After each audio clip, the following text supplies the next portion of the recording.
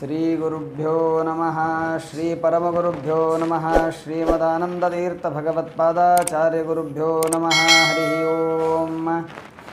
ಶ್ರೇಯಃಪತ್ಯೆ ನಿತ್ಯ ಗಣಿತ ಗುಣಮಾಣಿಕ್ಯ ವಿಶದ ಪ್ರಭಾಜಾಲೋಲ್ಲಾಸೋಪಹತ ಸಕಲಾವದ್ಯತಮಸೆ ಜಗಜ್ಜನ್ಮಸ್ಥೇಮ ಪ್ರಳಯ ರಚನಾಶೀಲವಪುಷೆ ನಮೋ ಶೇಷಾಂನಾಯ ಸ್ಮೃತಿಹೃದಯದೀಪ್ತಾಯ ಹರಯೇ येन प्रादुरभाविभूमिवलये व्यस्तारिगोसन्ततिः प्राबोधिश्रुतिपङ्कजं करुणया प्राकाशितत्वं परं ध्वान्तं ध्वंसमनायि साधुनिकरश्चकारि सन्मार्गगः तेन व्यासदिवाकरेण सततं मात्याजि मे मानसम्.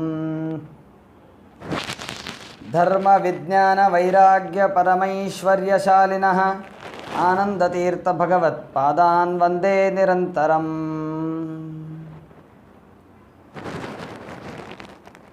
आनन्दतीर्थोपदिष्टो निधिर्नारायणः ह्वयः प्रदर्शितो येन सम्यक् जयतीर्थं तमाश्रये. यस्य वाक्कामधेनुर्नः कामितार्थान् प्रयच्छति सेवेतं जययोगीन्द्रं कामबाणच्छिदं सदा. मध्वसिद्धान्तवारिध्युत्तत्त्वपीयूषसेचकः तापं हरतु मे नित्यं ज्ञानपञ्चास्य चन्द्रमा. अस्मदाराध्य गुरुभ्यो नमः. हरि ओಂ. ಶ್ರೀಮಠೀಕಾಕೃತ್ಪಾದರ ಆರಾಧನೆಯ ನಿಮಿತ್ತವಾಗಿ ಸಕಲ ಸಜ್ಜನ ಸಮುದಾಯಕ್ಕೆ ಶ್ರೀಮಠೀಕಾಕೃತ್ಪಾದರ ಕೊಡುಗೆ ಅರ್ಥವಾಗಬೇಕು ಅಂತನ್ನುವುದಕ್ಕಾಗಿ ಒಂದು ಸಣ್ಣ ಪ್ರಯತ್ನವನ್ನು ಇಲ್ಲಿ ಮಾಡುತ್ತಿದ್ದೇವೆ. ಶ್ರೀಮನ್ಯಾಯಸುಧಾ ಗ್ರಂಥದಲ್ಲಿ ಬಂದಿರತಕ್ಕಂತಹ ತತ್ವಮಸಿ ಶ್ರುತ್ಯರ್ಥ ವಿಚಾರವನ್ನು ತಿಳಿಸುವ ಪ್ರಯತ್ನ ಮಾಡ್ತಾ ಇದ್ದೇವೆ.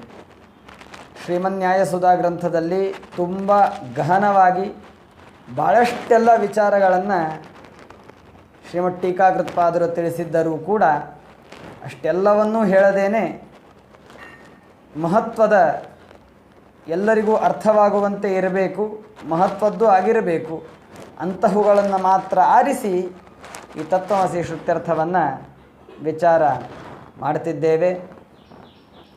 ಸಾತ್ಮ ತತ್ವಮಸಿ ಶ್ವೇತಕೇತೋ ಅಂತನ್ನೋದಾಗಿ ಛಾಂದೋಗ್ಯೋಪನಿಷತ್ತಿನ 6ನೇ ಅಧ್ಯಾಯದಲ್ಲಿ 8ನೆಯ ಖಂಡದಲ್ಲಿ ಬರುವಂತಹ ಮಾತಿದು.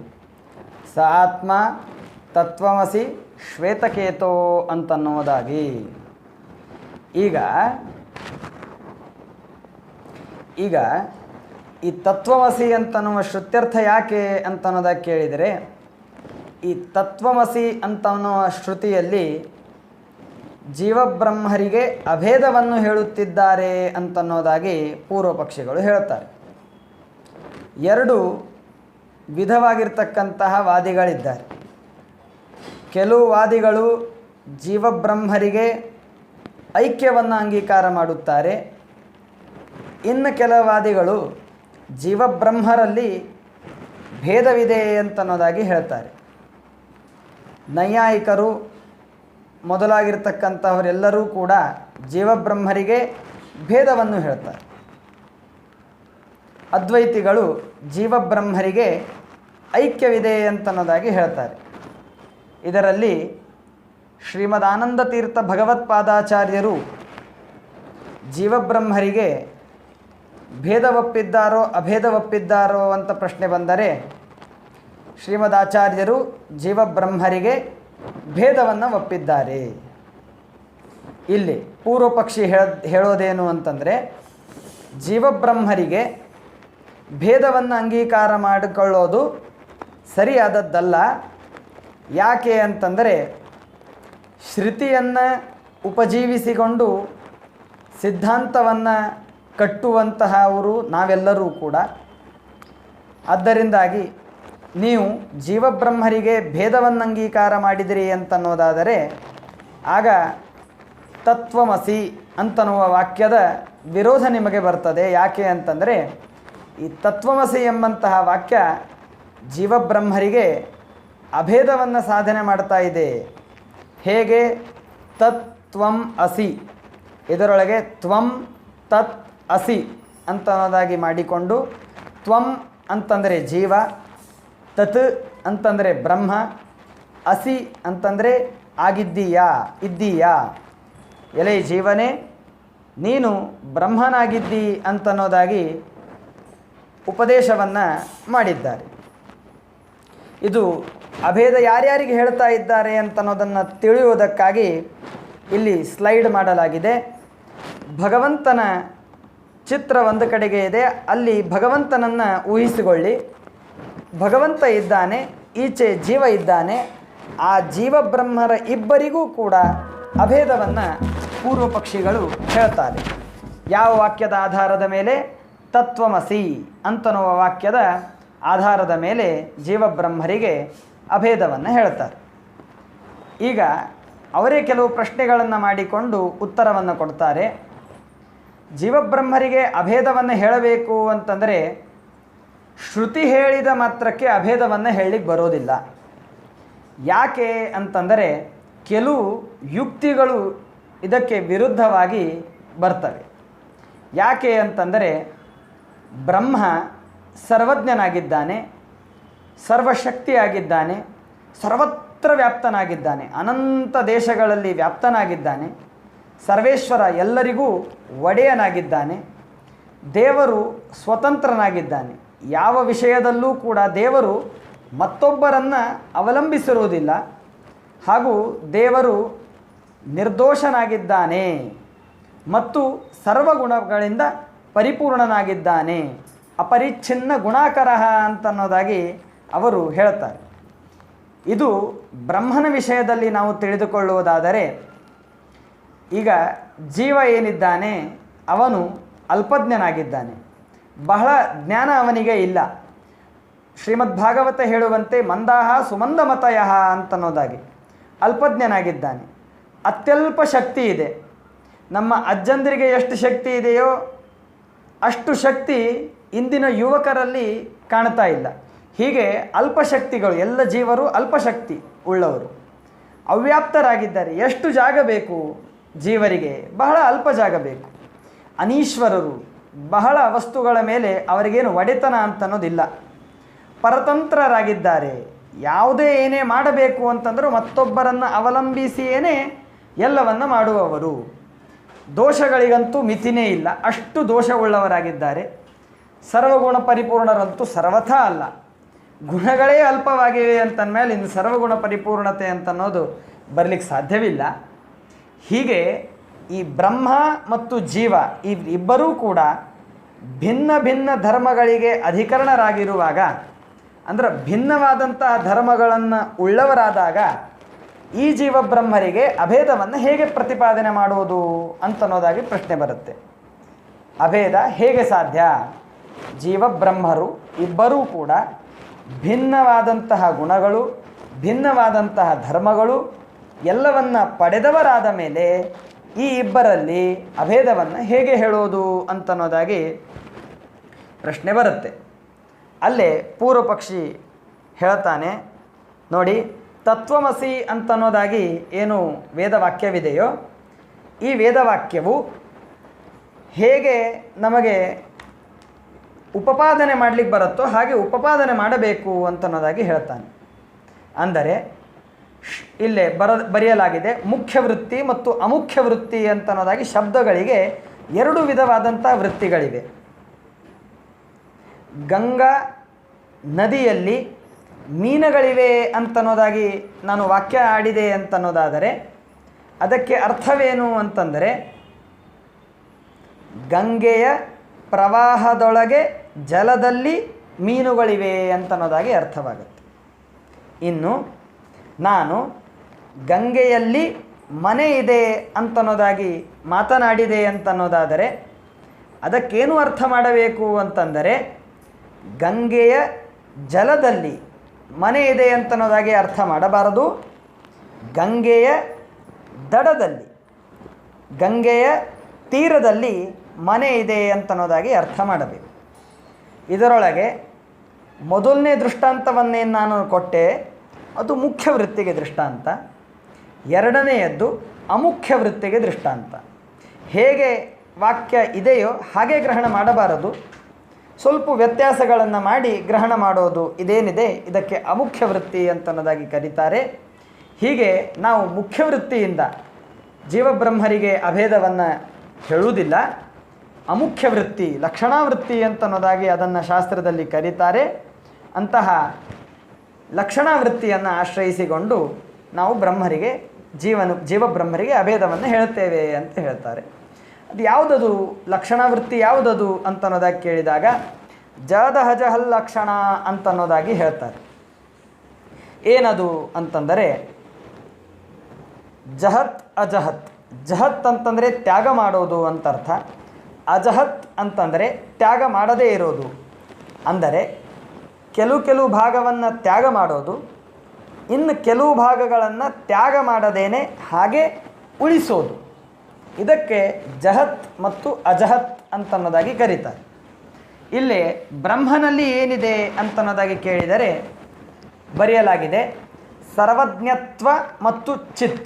ಸರ್ವಜ್ಞತ್ವ ಪ್ಲಸ್ ಚಿತ್ ಇದೆರಡು ಸೇರಿದರೆ ಸರ್ವಜ್ಞತ್ವ ಮತ್ತು ಚಿತ್ ಅಂತನ್ನೋದೇನು ಸೇರ್ತದೋ ಆಗ ಆ ವಸ್ತು ಬ್ರಹ್ಮ ಅಂತನ್ನೋದಾಗಿ ಕರೆಸಿಕೊಳ್ಳಲ್ಪಡುತ್ತದೆ. ಇನ್ನು ಜೀವ ಅಂತನ್ನೋದಾಗಿ ಯಾರಿಗೆ ಕರಿಬೇಕು, ಯಾರವನು ಜೀವನು ಅಂತನ್ನೋದಾಗಿ ಕೇಳಿದರೆ ಹೇಳ್ತಾರೆ ಅಲ್ಪಜ್ಞತ್ವ ಮತ್ತು ಚಿತ್ ಅಂತನ್ನುವ ಎರಡು ಘಟಕಗಳು ಕೂಡಿದಾಗ ಆ ವಸ್ತು ಇದು ಜೀವ ಅಂತನ್ನೋದಾಗಿ ಕರೆಸಿಕೊಳ್ಳಲ್ಪಡುತ್ತದೆ. ಹೇಗೆ ರವೆ ಚೆನ್ನಾಗಿ ಹುರಿದು ಅದರಲ್ಲಿ ಸಕ್ಕರೆ ಬೆಲ್ಲ ಇವುಗಳನ್ನು ಸೇರಿಸಿದಾಗ ಅದು ಶಿರಾ ಅಂತನ್ನೋದಾಗಿ ಕರೆಸಿಕೊಳ್ಳಲ್ಪಡುತ್ತೆ. ರವೆ ಚೆನ್ನಾಗಿ ಬೇಯಿಸಿ ಅದರಲ್ಲಿ ಹಾಲು ಹಾಕಿದಾಗ ಅದು ಪಾಯಸ ಅಂತನ್ನೋದಾಗಿ ಕರೆಸಿಕೊಳ್ಳಲ್ಪಡುತ್ತದೆ. ಹಾಗೆಯೇ ಸರ್ವಜ್ಞತ್ವ ಅಂತನ್ನೋದು ಒಂದು ವಸ್ತು, ಚಿತ್ ಅಂತನ್ನೋದು ಇದು ಎರಡನೇ ವಸ್ತು. ಈ ಎರಡು ವಸ್ತುಗಳು ಸೇರಿದಾಗ ಬ್ರಹ್ಮ ಅಂತನ್ನುವ ವಸ್ತು ಆಗತ್ತೆ. ಅಲ್ಪಜ್ಞತ್ವ ಮತ್ತು ಚಿತ್ ಅಂತನ್ನುವ ಎರಡು ಭಾಗಗಳನ್ನು ಸೇರಿಸಿದಾಗ ಆ ವಸ್ತು ಜೀವ ಅಂತನ್ನೋದಾಗಿ ಕರೆಸಿಕೊಳ್ಳಲ್ಪಡುತ್ತದೆ.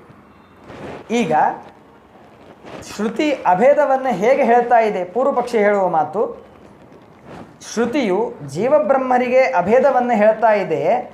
ಅದು ಹೇಗೆ ಅಂತಂದರೆ ಇಲ್ಲಿ ನೋಡಿ, ಬ್ರಹ್ಮನಲ್ಲಿ ಸರ್ವಜ್ಞತ್ವ ಮತ್ತು ಚಿತ್ ಅಂತನ್ನೋದೇನು ಎರಡು ಭಾಗಗಳಿವೆಯೋ ಅದರೊಳಗೆ ಸರ್ವಜ್ಞತ್ವವನ್ನು ಪರಿತ್ಯಾಗ ಮಾಡಿಬಿಡೋದು, ಅದನ್ನು ಮೈನಸ್ ಮಾಡಿಬಿಡೋದು.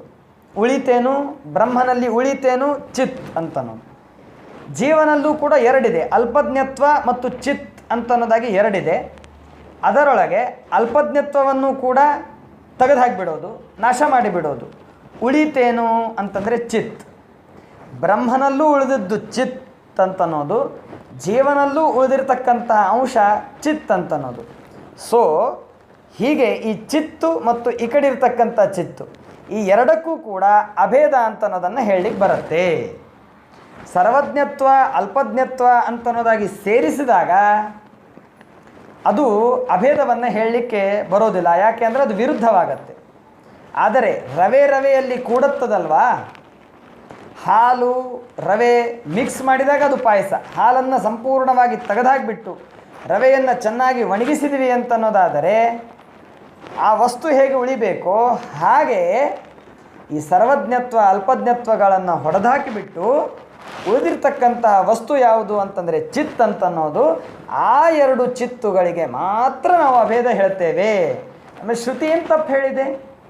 ಶ್ರುತಿಯಲ್ಲಿ ಹೇಳಿರ್ತಕ್ಕಂಥ ಅಭೇದ ಈ ಅಭಿಪ್ರಾಯದಲ್ಲಿ ಹೇಳಿದ್ದಾರೆ. ಅದರಿಂದಾಗಿ ಜೀವಬ್ರಹ್ಮರಿಗೆ ಅವಶ್ಯವಾಗಿ ಅಭೇದವನ್ನು ಹೇಳೋದಕ್ಕೆ ಬರುತ್ತೆ ಅಂತನ್ನೋದಾಗಿ ಪೂರ್ವಪಕ್ಷೀಯ ಅಭಿಪ್ರಾಯ. ಇಲ್ಲಿ ದೃಷ್ಟಾಂತ ಮೂಲಕವಾಗಿ ತಿಳಿಸಿದ್ದೇನೆ. ಚಿತ್ ಮತ್ತು ಚಿತ್ ಈ ಎರಡು ಚಿತ್ತುಗಳು ಸೇರಿ ಏನಾಯಿತು? ಚಿತ್ತೇ ಆಯಿತು. ಮತ್ತೊಂದು ವಸ್ತು ಏನಾಗೋದಿಲ್ಲ. ಅವುಗಳಿಗೆ ಅಭೇದವನ್ನು ಹೇಳಲಿಕ್ಕೆ ಬರುತ್ತೆ. ಅಗ್ನಿಯಲ್ಲಿ ಅಗ್ನಿ ಸೇರುತ್ತೆ, ನೀರಿನಲ್ಲಿ ನೀರು ಸೇರುತ್ತೆ. ಹಾಗೆ ಈ ಎರಡು ವಸ್ತುಗಳಿಗೆ ಅಭೇದವನ್ನು ಹೇಳೋದ್ರೆ ಯಾವುದೂ ಸಮಸ್ಯೆ ಇಲ್ಲ. ಅದರಿಂದಾಗಿ ತತ್ವಮಸಿ ಅಂತನ್ನುವ ವಾಕ್ಯ ಜೀವಬ್ರಹ್ಮರ ಐಕ್ಯವನ್ನು ಪ್ರತಿಪಾದನೆ ಮಾಡುತ್ತೆ. ಈ ವಿಷಯದಲ್ಲಿ ಯಾವ ಯುಕ್ತಿ ವಿರೋಧವಾಗಲಿ ಪ್ರತ್ಯಕ್ಷ ವಿರೋಧವಾಗಲಿ ಯಾವುದೂ ಬರೋದಿಲ್ಲ.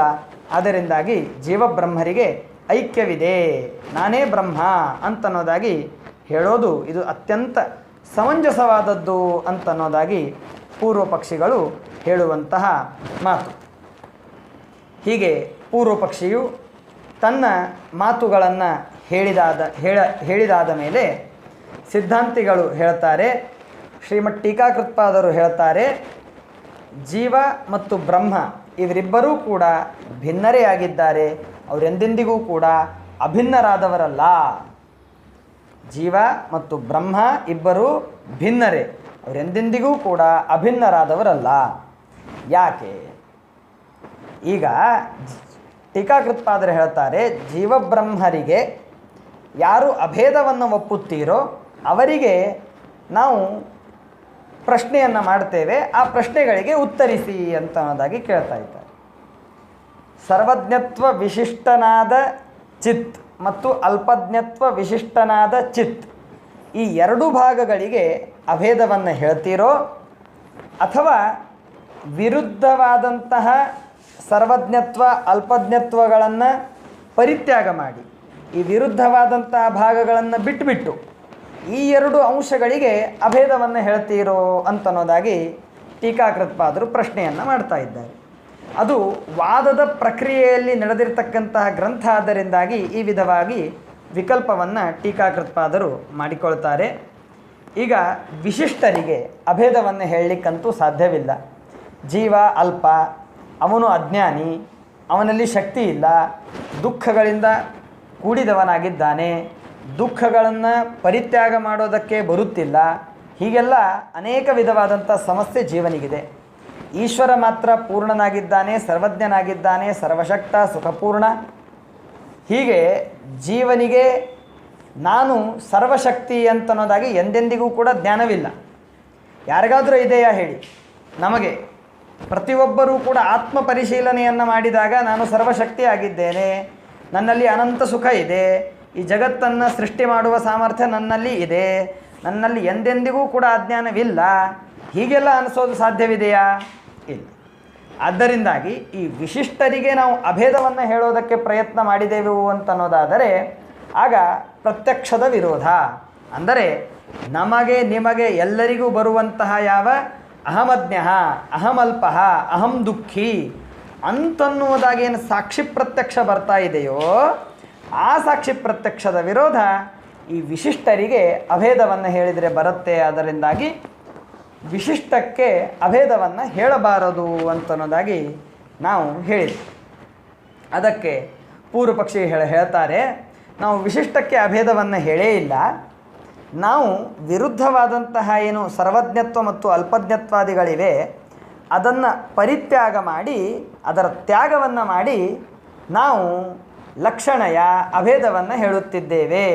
ಲಕ್ಷಣಯ ಅಂತಂದರೆ ಚಿತ್ತುಗಳಿಗೆ ಮಾತ್ರ ಅಭೇದವನ್ನು ಹೇಳ್ತಾ ಇದ್ದೇವೆ ಅಂತನ್ನೋದಾಗಿ ಹೇಳಿದಾಗ ಆಗ ಶ್ರೀಮದ್ ಟೀಕಾಕೃತ್ಪಾದರು ಪ್ರಶ್ನಿಸ್ತಿದ್ದಾರೆ, ಈಗ ನೋಡಿ, ವಿರುದ್ಧ ಆಕಾರದ ತ್ಯಾಗ ಮಾಡಿದಿರಿ ಅಂತನ್ನೋದಾಗಿ ಹೇಳ್ತಾ ಇದ್ದೀರಿ, ಸಂತೋಷ. ವಿರುದ್ಧ ಆಕಾರದ ತ್ಯಾಗ ಮಾಡೋದು ಅಂತಂದರೆ ಏನು? ವಿರುದ್ಧ ಆಕಾರದ ತ್ಯಾಗ ಮಾಡೋದು ಅಂತಂದರೆ ಏನು ಅಂತಂದರೆ, ಇಲ್ಲಿ ನೋಡಿ, ವಿರುದ್ಧ ಆಕಾರದ ಪರಿತ್ಯಾಗ ಅಂತಂದರೆ ಅದನ್ನು ವಿವಕ್ಷ ಮಾಡದೇ ಇರೋದು, ಅದು ಇದೆ ಅಂತನ್ನೋದಾಗಿ ಲೆಕ್ಕಿಸದೇ ಇರೋದು, ಹೀಗೆ ಹೇಳ್ತೀರೋ? ಅಥವಾ ಈಗ ಕೆಲವು ಕಾಲದವರೆಗೆ ಈ ಸರ್ವಜ್ಞತ್ವ ಅಲ್ಪಜ್ಞತ್ವ ಅಂತನ್ನೋದಿದೆ, ಮುಂದೆ ಸರ್ವಜ್ಞತ್ವನೂ ಹೋಗುತ್ತೆ, ಅಲ್ಪಜ್ಞತ್ವನೂ ಹೋಗುತ್ತೆ, ಹೀಗೆ ಈ ಸರ್ವಜ್ಞತ್ವ ಮತ್ತು ಅಲ್ಪಜ್ಞತ್ವಗಳು ಅನಿತ್ಯವಾಗಿವೆ ಅಂತನ್ನೋದಾಗಿ ಅಭಿಪ್ರಾಯವೋ ಅಂತನ್ನೋದಾಗಿ ನಾವು ಅವರಿಗೆ ಪ್ರಶ್ನಿಸ್ತಿದ್ದೇವೆ. ಮತ್ತೊಮ್ಮೆ ಹೇಳ್ತೇನೆ, ವಿರುದ್ಧವಾದ ಆಕಾರದ ತ್ಯಾಗ ಮಾಡಿ ಅಭೇದ ಅಂತ ಪೂರ್ವ ಪಕ್ಷಿಗಳು ಹೇಳಿದರು. ಅದಕ್ಕೆ ನಾವು ಕೇಳೋದೇನು ಅಂತಂದರೆ, ಈ ವಿರುದ್ಧ ಆಕಾರದ ತ್ಯಾಗ ಎಂಬಂಥ ಶಬ್ದಾರ್ಥವೇನು? ವಿರುದ್ಧವಾದ ಆಕಾರಗಳು ಇದ್ದರೂ ಅವುಗಳು ಇವೆ ಅಂತನ್ನೋದಾಗಿ ಲೆಕ್ಕಿಸದೇ ಇರೋದು, ಇದು ತ್ಯಾಗ ಅಂತನೋ ಶಬ್ದಾರ್ಥವೋ, ಅಥವಾ ಅವುಗಳು ಅನಿತ್ಯವಾಗಿವೆ, ಕೆಲ ಕಾಲವರೆಗೆ ಮಾತ್ರ ಇದೆ, ಅದು ಶಾಶ್ವತವಾಗಿ ಇಲ್ಲ ಅಂತನ್ನೋದಾಗಿ ಅಭಿಪ್ರಾಯವೋ ಅಂತನ್ನೋದಾಗಿ. ಈಗ ಅನೇಕ ಜನ ಸೇರಿ ಮೀಟಿಂಗ್ ಮಾಡ್ತಿರ್ತಾರೆ.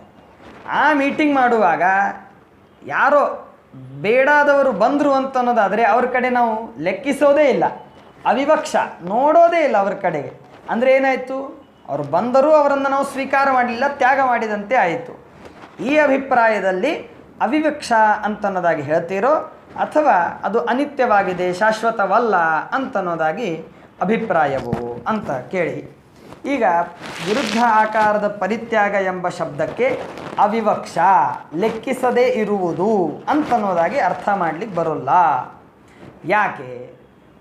ಹೀಗೆ ನೀವು ಅವಿವಕ್ಷ ಅಂತ ಹೇಳಿ, ಲೆಕ್ಕಿಸೋದಿಲ್ಲ ನಾನು ಅಂತ ಹೇಳಿ ಅಭೇದ ಹೇಳುತ್ತೇನೆ ಅಂತನ್ನೋದಾದರೆ, ಜಲ ಅಂದರೆ ನೀರು, ಅನಲ ಅಂತಂದರೆ ಅಗ್ನಿ. ಈ ನೀರು ಮತ್ತು ಅಗ್ನಿ ಇವುಗಳಿಗೆ ಅಭೇದ ಬರಬೇಕಾದೀತು. ಯಾಕೆ? ಜಲದಲ್ಲಿ ಇರತಕ್ಕಂಥದ್ದೇನು ಅಂತಂದರೆ ಶೀತಲ ಸ್ಪರ್ಶ, ನೀರನ್ನು ಮುಟ್ಟಿದರೆ ತಂಪನಿಸುತ್ತೆ. ಅನಲ, ಅಗ್ನಿಯನ್ನು ಮುಟ್ಟಿದರೆ ಕೈ ಸುಟ್ಟು ಹೋಗುತ್ತೆ. ಹೀಗೆ ನೀರಿನಲ್ಲಿ ಶೀತಲ ಸ್ಪರ್ಶವಿದೆ, ಅಗ್ನಿಯಲ್ಲಿ ಉಷ್ಣ ಸ್ಪರ್ಶ ಇದೆ. ಆದರೆ ಏನು ಮಾಡೋದು? ನೀರಿನಲ್ಲಿ ಇರ್ತಕ್ಕಂಥ ಶೀತಲ ಸ್ಪರ್ಶವನ್ನು ನಾನು ವಿವಕ್ಷಿಸಿಲ್ಲ, ಅಗ್ನಿಯಲ್ಲಿ ಇರ್ತಕ್ಕಂಥ ಉಷ್ಣ ಸ್ಪರ್ಶವನ್ನು ನಾನು ಲೆಕ್ಕಿಸಿಲ್ಲ ಅಂಥೇಳಿ ಜಲ ಮತ್ತು ಅನಲಗಳಿಗೆ ಅಭೇದ ಹೇಳೋದಕ್ಕಾಗತ್ತಾ? ಅಭೇದವಿದೆ ಅಂತನ್ನೋದಾದರೆ ಮನೆಯಲ್ಲಿ ಕೆಂಡದ ಮೇಲೆ ಅಡಿಗೆಯನ್ನು ಮಾಡದೆ ನೀರಿನ ಮೇಲೆ ಇಟ್ಟು ಅಡಿಗೆಯನ್ನು ಮಾಡೋದಾಗದು. ಜಲ ಅನಲ ಒಂದೇ ಅಂತಾದ ಮೇಲೆ ಬೆಂಕಿ ಹತ್ತಿದಾಗೆಲ್ಲ ನೀರಿನಿಂದ ಅದನ್ನು ಶಮನ ಮಾಡೋದು ಬೇಕಾಗಿಲ್ಲ. ಯಾಕೆ?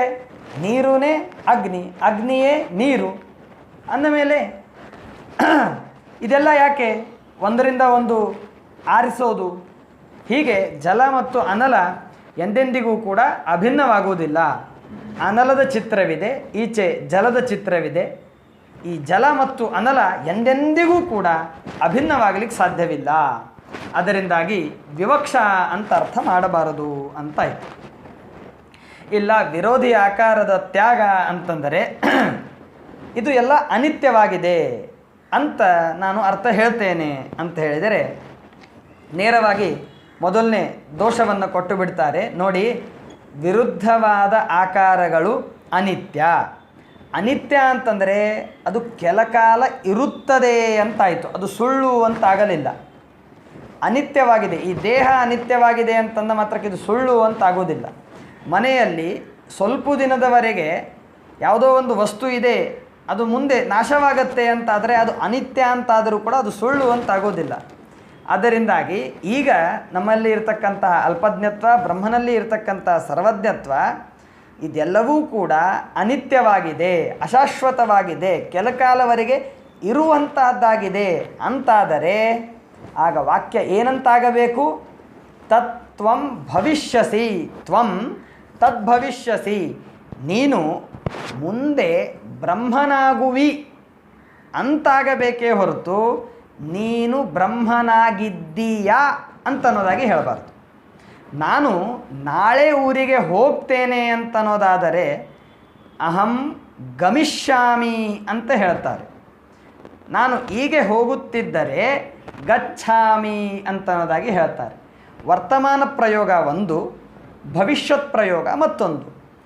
ವಿರುದ್ಧ ಆಕಾರಗಳು ಅನಿತ್ಯವಾದರೆ ಭವಿಷ್ಯತ್ ಕಾಲದ ಪ್ರಯೋಗವಾಗಬೇಕೇ ಹೊರತು ವರ್ತಮಾನ ಕಾಲ ಪ್ರಯೋಗ ಅಸಿ ಅಂತನ್ನೋದಾಗಿ ಆಗಬಾರದು. ತತ್ವಂ ಅಸಿ ಅಂತನ್ನೋದಾಗಿ ಶ್ರುತಿ ಹೇಳಬಾರದು, ತತ್ವಂ ಭವಿಷ್ಯಸಿ ಅಂತನ್ನೋದಾಗಿ ಹೇಳಬೇಕಾಗಿತ್ತು.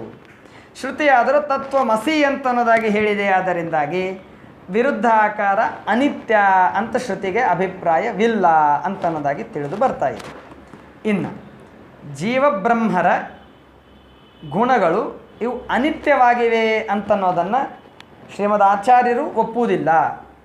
ಪ್ರಮಾಣಗಳನ್ನು ಕೊಟ್ಟು ಅದು ನಿತ್ಯ ಅಂತನ್ನೋದಾಗಿ ಸಾಧನೆ ಮಾಡ್ತಾರೆ. ದೇವರಲ್ಲಿ ಇರತಕ್ಕಂತಹ ಸರ್ವಜ್ಞತ್ವವಿರಬಹುದು, ಸರ್ವವ್ಯಾಪ್ತಿ ಇರಬಹುದು, ಸ್ವಾತಂತ್ರ್ಯವಿರಬಹುದು, ನಿರ್ದೋಷತ್ವವಿರಬಹುದು, ಗುಣಪರಿಪೂರ್ಣತ್ವ ಇರಬಹುದು. ಇದೆಲ್ಲವೂ ಕೂಡ ನಿತ್ಯವಾದದ್ದು. ಜೀವನಲ್ಲಿ ಇರತಕ್ಕಂತಹ ಪಾರತಂತ್ರ್ಯ ಇತ್ಯಾದಿಗಳೆಲ್ಲವೂ ಕೂಡ ಅವೇನಾಗಿವೆ? ಅವುಗಳು ಕೂಡ ನಿತ್ಯವಾಗಿವೆ. ಆಮೇಲೆ ಜೀವರ ಹಾಗೂ ದೇವರ ಗುಣಗಳು ನಿತ್ಯವಾಗಿರುವಾಗ ಅವುಗಳು ಅನಿತ್ಯವಾಗಿವೆ ಅಂತನ್ನೋದಾಗಿ ನಾವು ಹೇಳಲಿಕ್ಕೆ ಸಾಧ್ಯವಿಲ್ಲ. ಯಾಕೆ ಅಂತಂದರೆ ಶ್ರೀಮದ್ ಆಚಾರ್ಯರು ಪ್ರಮಾಣ ಕಟ್ಟು ಜೀವತ್ವ ಮತ್ತು ಈಶತ್ವ ಅಂತಂದರೆ ಏನು ಅಂತನ್ನೋದನ್ನು ನಮಗೆ ತಿಳಿಸಿಕೊಡ್ತಾ ಇದ್ದಾರೆ. ಅಲ್ಪಶಕ್ತಿ ರಸಾರ್ವಜ್ಞಂ ಪಾರತಂತ್ರ್ಯಂ ಅಪೂರ್ಣತಾ ಉಪಜೀವಕತ್ವಂ ಜೀವತ್ವಂ ಈಶತ್ವಂ ತದ್ವಿಪರ್ಯಯ. ಅಲ್ಪಶಕ್ತಿ, ಸರ್ವಜ್ಞತಾ ಇಲ್ಲದೇ ಇರುವಿಕೆ, ಪಾರತಂತ್ರ್ಯ, ಅಪೂರ್ಣತೆ, ಮತ್ತೊಬ್ಬರನ್ನು ಆಶ್ರಯಿಸಿಕೊಂಡೇ ಬದುಕುವುದು, ಇದೆಲ್ಲ ಏನಿದೆ ನೋಡಿ ಅದೆಲ್ಲವೂ ಜೀವತ್ವ. ಜೀವ ಅಂತ ಯಾರಿಗೆ ಕರಿಬೇಕು ಅಂದರೆ ಈ ಎಲ್ಲ ಗುಣಗಳು ಇದ್ದವನಿಗೆ ಜೀವ ಅಂತನ್ನೋದಾಗಿ ಕರಿಬೇಕು. ಇದು ಯಾರಲ್ಲಿ ಇಲ್ಲವೋ ಅವನನ್ನು ಈಶಾ ಅಂತನ್ನೋದಾಗಿ ಕರಿಬೇಕು. ಅಂದಮೇಲೆ ಜೀವನಲ್ಲಿ ಈ ಗುಣಗಳು ಯಾವಾಗಲೂ ಇವೆ, ದೇವರಲ್ಲಿ ತನ್ನ ಗುಣಗಳು ಯಾವಾಗಲೂ ಇವೆ ಅಂತಂದ ಮೇಲೆ ಅವುಗಳನ್ನು ಅನಿತ್ಯ ಅಂತ ಮಾಡಿ ಅವುಗಳು ಅವಿವಕ್ಷ ಮಾಡ್ತೇನೆ ಅಂತೂ ಹೇಳಲಿಕ್ಕೆ ಬರೋದಿಲ್ಲ, ಅವುಗಳು ಅನಿತ್ಯವಾಗಿವೆ ಅಂತನ್ನೋದಾಗೂ ಹೇಳಲಿಕ್ಕೆ ಬರೋದಿಲ್ಲ. ಹಾಗಾದರೆ ಶ್ರುತ್ಯರ್ಥ ಏನು ನಿಮ್ಮ ಪ್ರಕಾರ? ತತ್ವಮಸಿ ಅಂದರೆ ಅಭೇದ ಅಂತನ್ನೋದು ಹೇಳಲಿಕ್ಕೆ ಬರ್ತಾ ಇಲ್ಲ. ಹಾಗಾದರೆ ಶ್ರುತ್ಯರ್ಥವೇನು ಅಂತ ಕೇಳಿದಾಗ ಅದಕ್ಕೆ ಹೇಳಿದರು ತತ್ ಸದೃಶಸ್ತ್ವಮಸಿ. ತ್ವಂ ಎಲೈ ಜೀವನೇ ನೀನು ತತ್ ಸದೃಶಃ ಅಸಿ, ಆ ಬ್ರಹ್ಮನಿಗೆ ಸದೃಶನಾಗಿರುವಿ ಅಂತನ್ನೋದಾಗಿ ಹೇಳಿದ್ದಾರೆ. ಇಲ್ಲ, ಇದು ಹೇಗೆ? ನೀವು ಅರ್ಥ ಮಾಡಿದ ಮಾತ್ರಕ್ಕೆ ಹೇಗೆ ಜೀವಬ್ರಹ್ಮರಿಗೆ ಭೇದ ಅಂತನ್ನೋದು ಪ್ರಮಾಣ ಸಿದ್ಧವಾಗಬೇಕಲ್ಲ ಅಂತ ಕೇಳಿದರೆ, ಮೊದಲನೇದ್ದು ಸಾಕ್ಷಿ ಅನುಭವವಿದೆ ಅಂತನ್ನೋದು ಸಿದ್ಧ.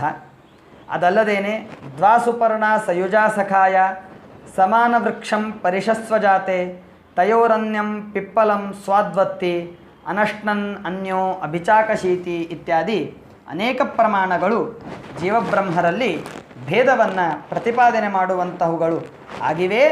ಅದರಿಂದಾಗಿ ಪ್ರತ್ಯಕ್ಷ ಮತ್ತು ಶ್ರುತಿ ಎಂಬಂತಹ ಅನೇಕ ಪ್ರಮಾಣಗಳಿಂದ ಅನುಮಾನದಿಂದಲೂ ಸಾಧನೆ ಮಾಡಬಹುದು.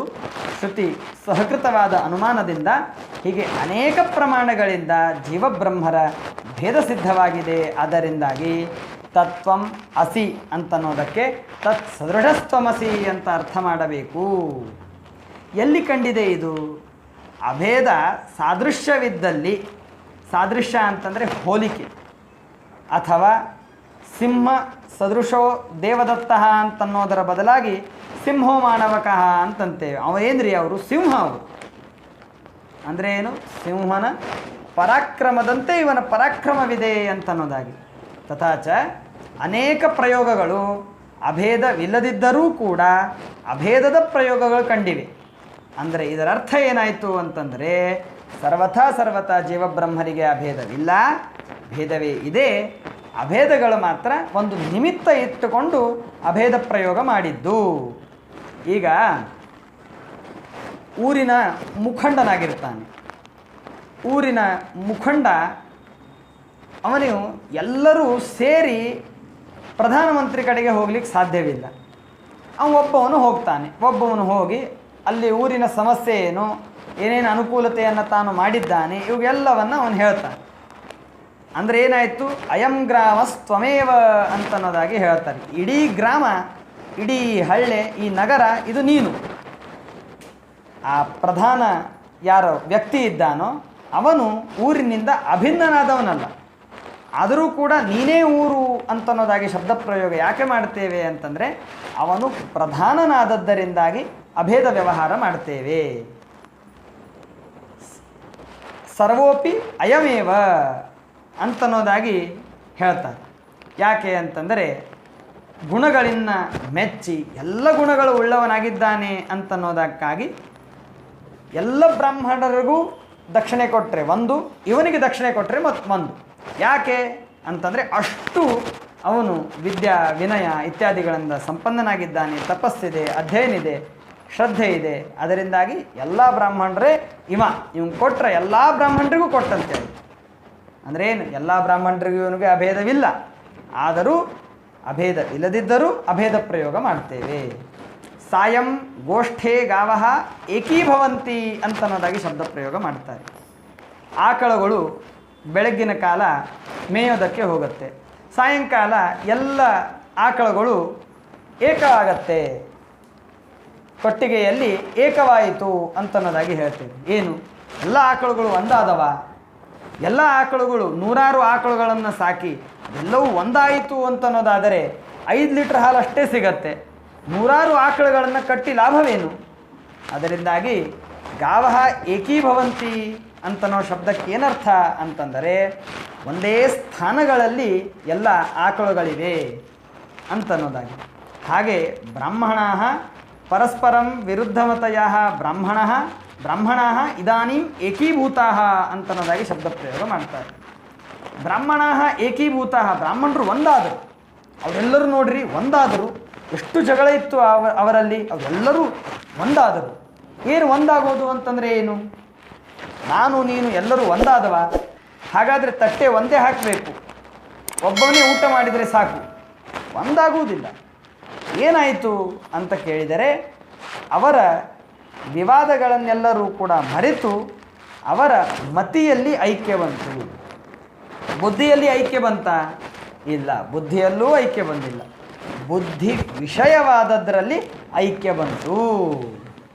ಹೀಗೆ ಲಕ್ಷಣ, ಲಕ್ಷಿತ ಲಕ್ಷಣ, ಗೌಣಿ ಇತ್ಯಾದಿ ಅನೇಕ ಪ್ರಯೋಗಗಳನ್ನೆಲ್ಲ ಮಾಡಿ ಈ ಅಭೇದ ವ್ಯವಹಾರಕ್ಕೆ ಗತಿಯನ್ನು ಕಲ್ಪಿಸೋದು ಲೋಕದಲ್ಲಿ ಕಂಡಿದೆ.